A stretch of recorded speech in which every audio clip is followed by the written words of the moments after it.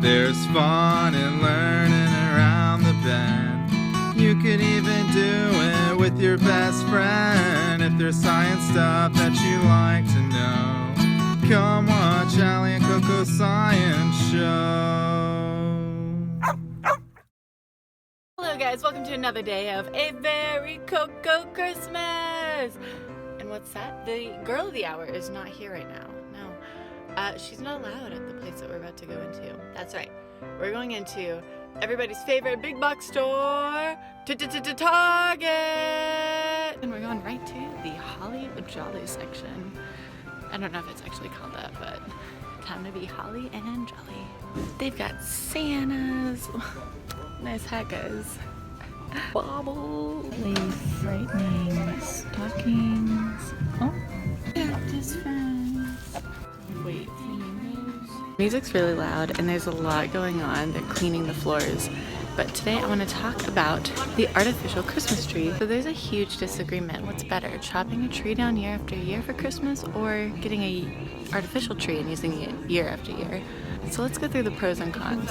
For a real tree, you're chopping it down every year. You're usually growing it through monoculture, which means they clear a whole bunch of land and only grow a few species, usually one species in an area. And with trees being grown on all 50 states, there's a lot of wildlife and ecosystems impacted with that.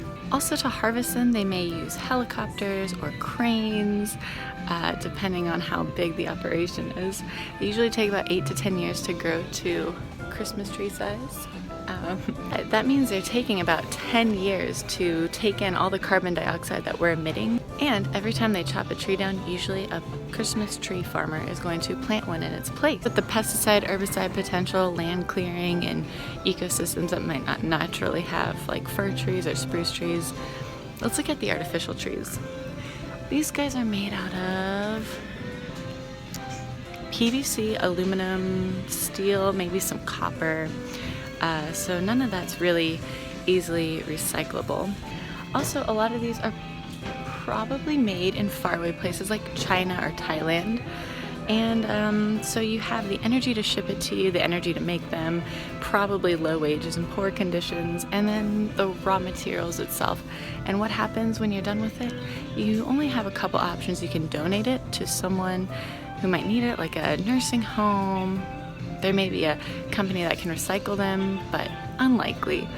So you're probably looking at throwing these in the landfill. And it takes plastic maybe 1,000 or more years to decompose, so that's not looking like a very eco-friendly choice.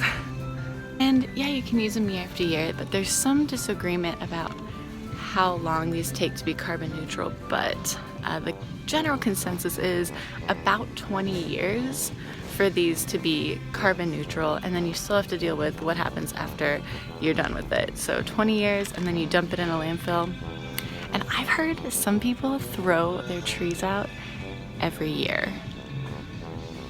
Ask me how I'm feeling about that right now, guys. So if you have to go for an artificial tree, go in it for the long haul, like 20 years, guys. And when you're done, make sure you're donating that to someone who might need that. A good organization that you love. And also make sure if you're getting an artificial tree, try and get one made right here in the US, because we have better working conditions, and also we pay more to have it be a little bit better for the planet, so we're not going a cheap route with more emissions. So while chopping down trees might not be on par with the environmental thought, a real tree is actually the better and greener choice for the planet.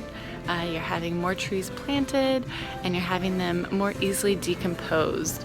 So what's the greenest choice for a real tree? I would say go local. So find your local nursery or a local farm and get a real tree from someone nearby. That's better for the economy, less shipping, so you're not shipping it from Vermont. You're getting it right as close to you as possible. Look at different options. There are some companies that grow their tree in the soil in the pot, and they kind of rent it out to you and then take it back, so you're not actually cutting trees down. And then make sure you're disposing it the greenest way possible.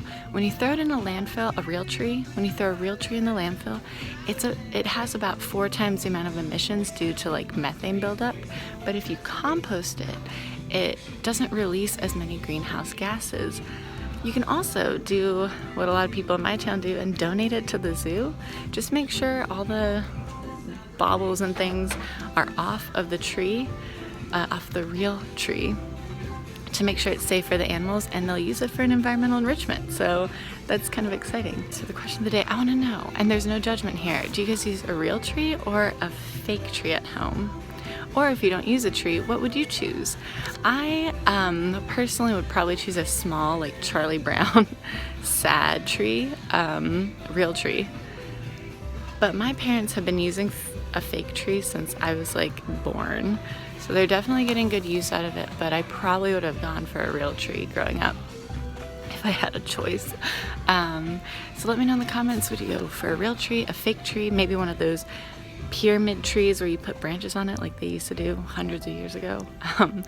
So let me know in the comments, and don't forget to hit that subscribe button to follow us for more journeys, and hit that like button if you learned something new, or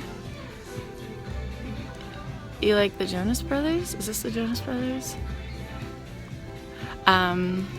Thanks for watching, guys, and we will see you tomorrow.